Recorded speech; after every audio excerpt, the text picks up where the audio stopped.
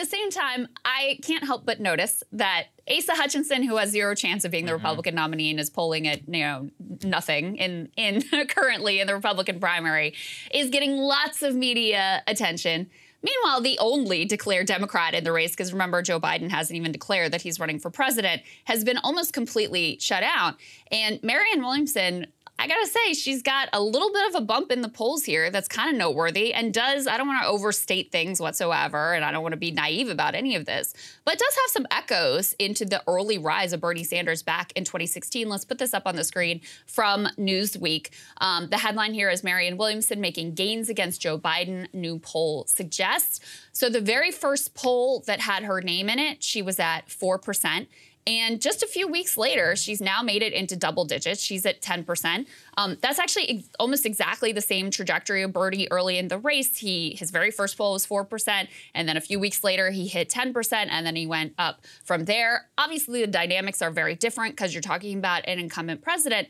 On the other hand, it is effectively a head-to-head one-on-one. So, it's interesting that clearly, even as she's been nearly completely shut out by the media, voters are hearing something from her that is making them interested in an alternative. And the other thing I'll say, Saagar, here is, while I certainly think it is a longest of long shots to imagine that Marianne could actually supplant Biden, I think she is being a bit underestimated. People forget that this was a woman who was, a national figure, best-selling author in her own right before she ever took up politics. So there are a lot of, I can't tell you how many people I've talked to who's like mom and grandma loves Marianne Williamson.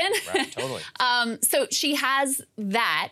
And then you also just have, Biden is making a lot of mistakes now with regard to the progressive base. People are very upset with him on a number of issues. And you have a majority of the Democratic base that is saying they would like someone other than Joe Biden. So there is clearly an organic interest in an alternative candidate. So I think to just dismiss her out of hand or to shut her out of the media as they have is kind of outrageous. And it shows you that, the thing that they really look for is, number one, candidates who are going to say the things that make them comfortable and that also have the sort of like in the club credentialing that the corporate press, that the corporate press esteems and takes seriously. Yeah, look, I mean, 10%, as you said, it's a long shot. It's always going to be difficult taking on an incumbent president. That is still pretty high. I mean, if you consider what an insurgent candidate would look like. That's higher than everybody than DeSantis. That is higher. Yeah, that is higher than everybody but Ron DeSantis in the Republican primary. They get plenty of media coverage. It's higher than Andrew Yang ever got in any major Democratic poll. So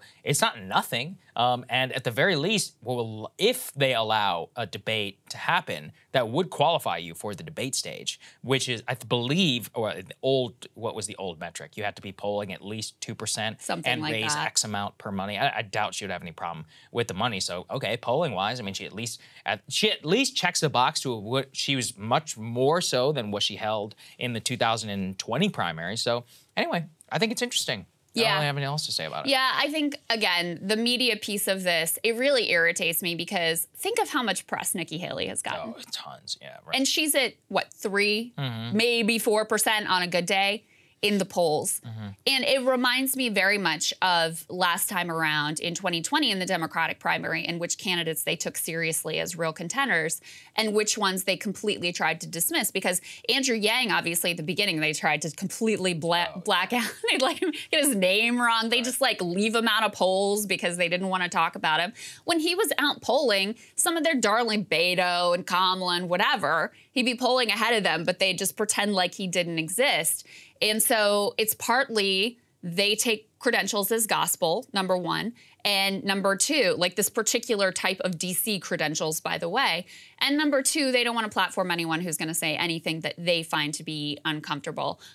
Listen, everybody knows I'm friends with Marianne. I'm not a disinterested party here. And so I also have some insight into the fact, look, MSNBC, which is supposed to be the progressive, lean left, whatever, lean forward network, I don't think that she's gotten maybe she's gotten one request from MSNBC, whereas Fox News is beating down her door.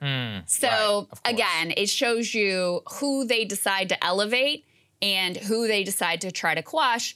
The one thing that I will say, which I think is a real positive, is every year that goes by, the mainstream corporate media gets less and less powerful, and they have less control over, you know, what people think and what people see and what people hear and what ideas they're open to. And so I think that's why you see some bump here in the polls for Marianne. Yeah, it's certainly very interesting. Hey guys, ready or not, 2024 is fully upon us now, and Saagar and I have been brainstorming ways that we can really up our game for this critical election. Yeah, we rely on our premium subs to expand our coverage, to add staff, to upgrade the studio. We just want to give you the best independent coverage of this election, which is possible. So if you can help us out, become a premium subscriber today, breakingpoints.com, or the link is down here in the description video. It really means the world to us, and if you like what we're all about, this is the best possible way to keep us 100% independent, working only for you.